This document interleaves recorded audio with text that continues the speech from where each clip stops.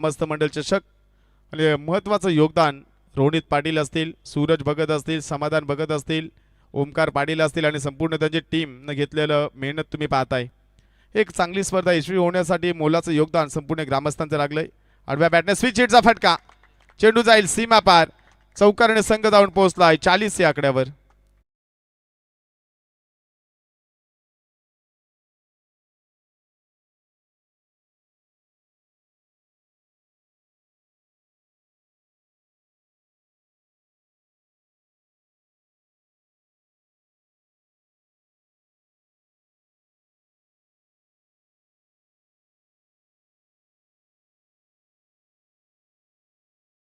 पहिला अंतिम चेंडूचा खेळ बाकी असेल।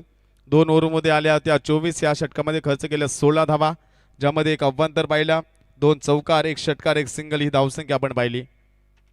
महत्वपूर्ण षटक फेकत असताना गोलंदाज अर्जुन भालेकरचं हे षटक महागडी गोलंदाजी। विनायक भालेकर हे देखील या सामन्याचा आनंद घेतात। आज टीम मध्ये नाहीत पण चांगला सहयोग राहिलाय या गावासाठी। उंचावर मारण्याचा प्रयत्न, शॉट अँड पुल, पुलचा फटका सक्सेसफुल, चेंडू जाईल सीमा पार आणि 6 धावीने संघ जाऊन पोहोचलाय 46 या आकड्यावर।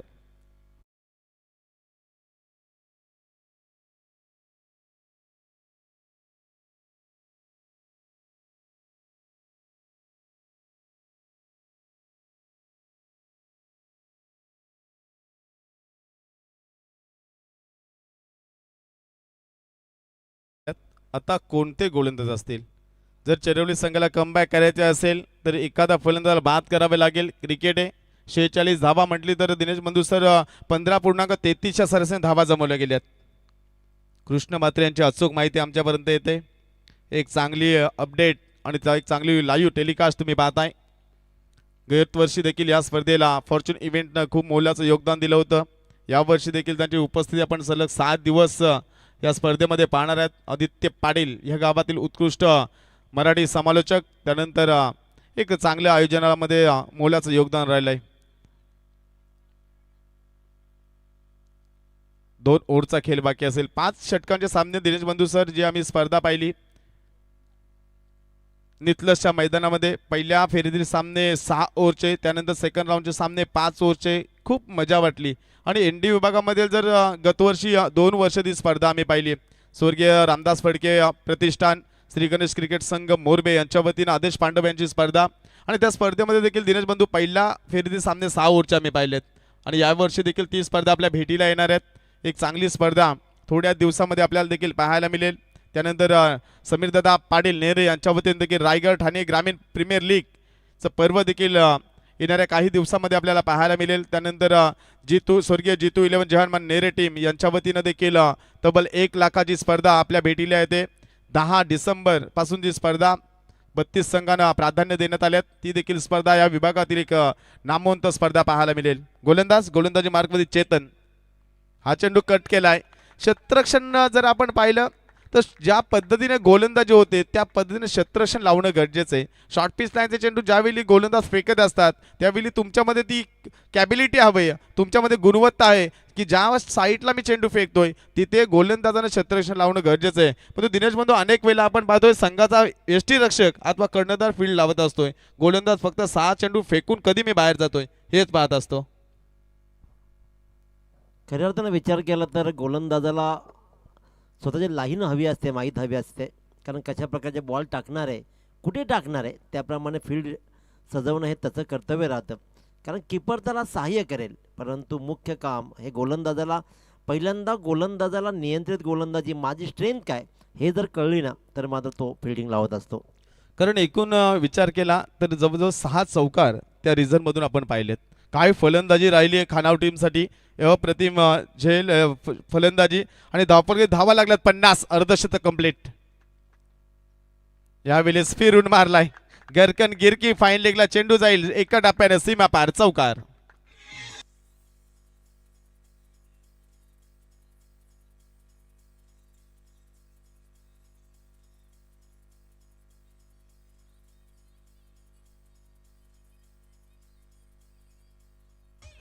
धन्यवाद डीजे। नक्कीच दिनेश बंधू सुंदर फलंदाजी राहिली, उमेशचं कौतुक करावं लागेल। आज संघामध्ये अनेक प्रमुख खेळाडू नाहीत, गोलंदाज नाहीत, तरी देखील उमेशची वैयक्तिक 10 चेंडूमध्ये 27 धावा, 6 चौकार ज्यामध्ये आपण पाहिल्यात, तर 24 धावसंख्या ज्या बॅटमधून चौकाराने आले आणि त्यानंतर मात्र सुंदर कामगिरी करतो आपल्या टीमसाठी. हा चेंडू कट केलाय, पॉइंट क्षेत्रामध्ये क्षेत्ररक्षण तैनात अडवेल का, पण तो चेंडू सीमा पार, चौकाराने संघ जाऊन पोहोचलाय 58 या आकड्यावरती.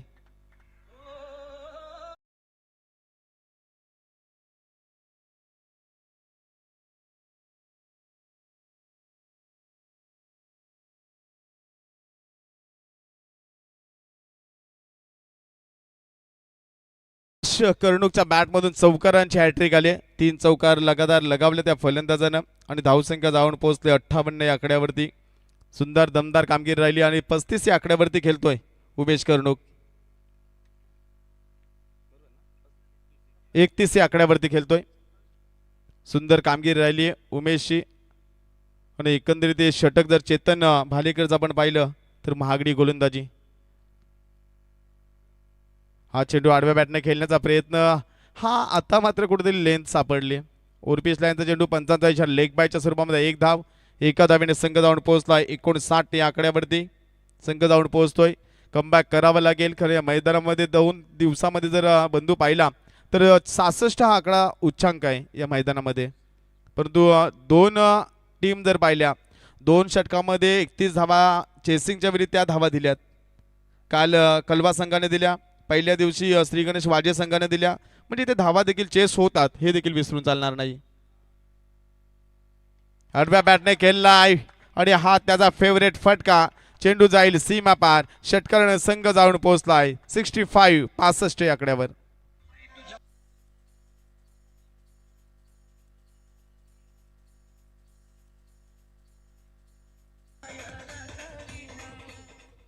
चला 2 चेंडू इथून द्या आता.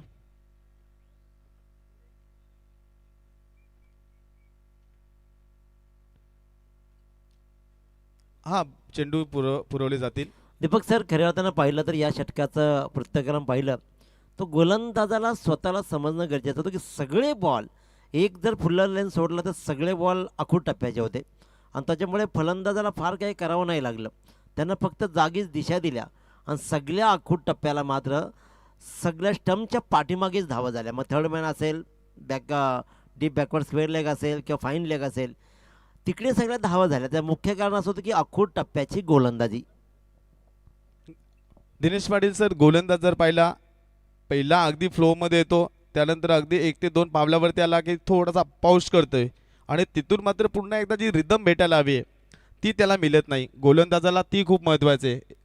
रनअपमध्ये प्रॉब्लेम आहे. याचा अर्थ असा आहे की तुमचा रनअप खूप प्रॉपर असायला हवा आणि त्याच्यामुळेच तुमचं रिदम बिघडलं की मग मात्र तुम्ही स्टंपजवळ जाऊन ज्यावेळेला थांबता किंवा विचार करता कुठे पाय टाकायचं आहे. पूर्वी दीपक सर, पूर्वी तर त्या बॉक्समध्ये पाय टाकायला लागायचा, अन्यथा नो बॉल असायचा लाईन टचला. सुंदर फटका आणि स्पर्धेतील धावांचा उच्चांक जातोय खानाव संघाच्या नावावरती 71 धावा 4 षटकांच्या समाप्तीनंतर.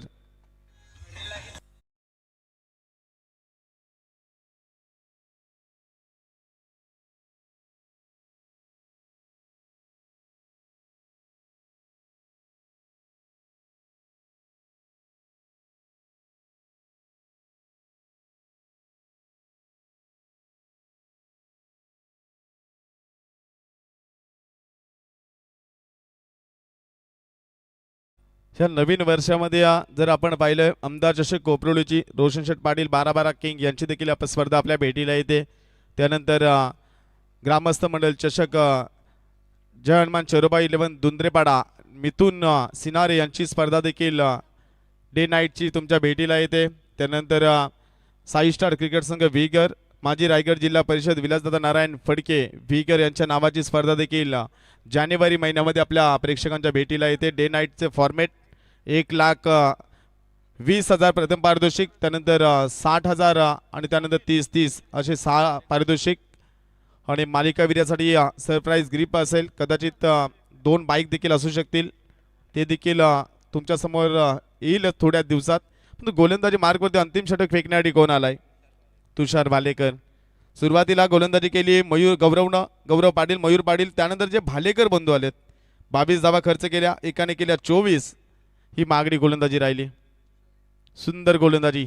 या लाईन आणि लेंथवरती जर चेंडू फेकले तर स्विच हिट किंवा फाईन लेगला चेंडू खेळणं थोडं अवघड जाईल, कारण या मैदानाचा एकंदरीत विचार केला दिनेश बंधू sir, deep long up deep long on, या सीमारेषा थोड्याशा लॉंग आहेत आणि तिथे मात्र खेळाडू झेलबाद होताना आपण पाहिलेत. 14 चेंडूमध्ये 51 धावांची भागीदारी झाली आहे. जोरदार टाळ्या मित्रांनो. चांगली फलंदाजी केली, आडव्या बॅटने खेळण्याचा प्रयत्न, फेकी देखील सुंदर, चांगलं क्षेत्ररक्षण झालं. एका धावेने संघ जाऊन पोहोचलाय 72 या आकड्यावरती. 72 धावा धापलकरती आपण पाहतोय. सह्याद्रीच्या खुशीमध्ये वसलेलं हे मैदान सुरमाल मैदान, आणि इथून पुढे जर दिनेश बंधू आपण पाहिला तर फिल्म स्टार सलमान खान याचं farm house, Arpita farm house देखील तुम्हाला पाहायला मिळेल. गोलंदाजी मार्कवरती गोलंदाज पुन्हा एकदा सज्ज या षटकातील पुढील चेंडू फेकण्यासाठी. सुंदर फटका, उंची जास्त, लांबी देखील जास्त आहे आणि चेंडू जाईल मिड विकेट सीमा पार. दमदार षटकाराने संघ जाऊन पोहोचलाय 78 या आकड्यावर.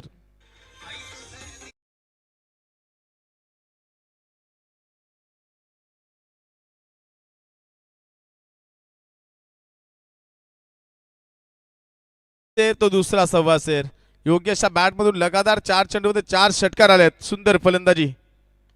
यावेळेस देखील पुन्हा एकदा ओव्हरपिच लाईनचा चेंडू फेकलाय आणि बॅक टू बॅक 5वा षटकार. षटकाराने संघ जाऊन पोहोचलाय 84 या आकड्यावर.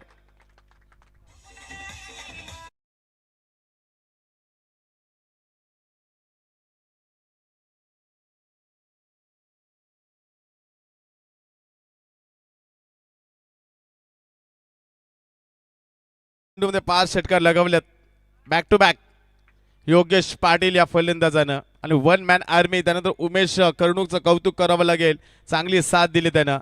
यावेळेस मात्र सुंदर चेंडू फेकला गेला, एक धाव कंप्लीट केले. दुसरी आणि प्रयत्न, क्षेत्ररक्षण थोडंसं फंबल पाहायला मिळालं आणि 2 धावेने संघ जाऊन पोहोचलाय 80 या आकड्यावरती. 86 धावा धावपल कधी पाहायला मिळाल्यात. 3 षटकामध्ये जर आपण पाहिले जेवढे चेंडू खेळल्यात त्यामध्ये 5 षटकार झालेत. धावसंख्याचा उच्चांक जर आपण पाहिला या स्पर्धेमध्ये होतोय खानाव संघाच्या नावावरती 46 धावसंख्येवरती वैयक्तिक धावसंख्या योगेशची आपण पाहिली. हा चेंडू सुंदर गोलंदाजी आणि पहिलं सत्र झालंय समाप्त आणि 5 ओव्हरच्या समाप्तीनंतर धावपल कधी धावा लागल्यात 86. 86 धावा जमवल्यात आणि 87 धावांचं लक्ष गाठायचे पुढल्या सत्रामध्ये फलंदाजी करत असताना परी 11 चेरिवली टीमला. ते लक्ष कशा प्रकारे पार केले जाईल, ते कशा प्रकारे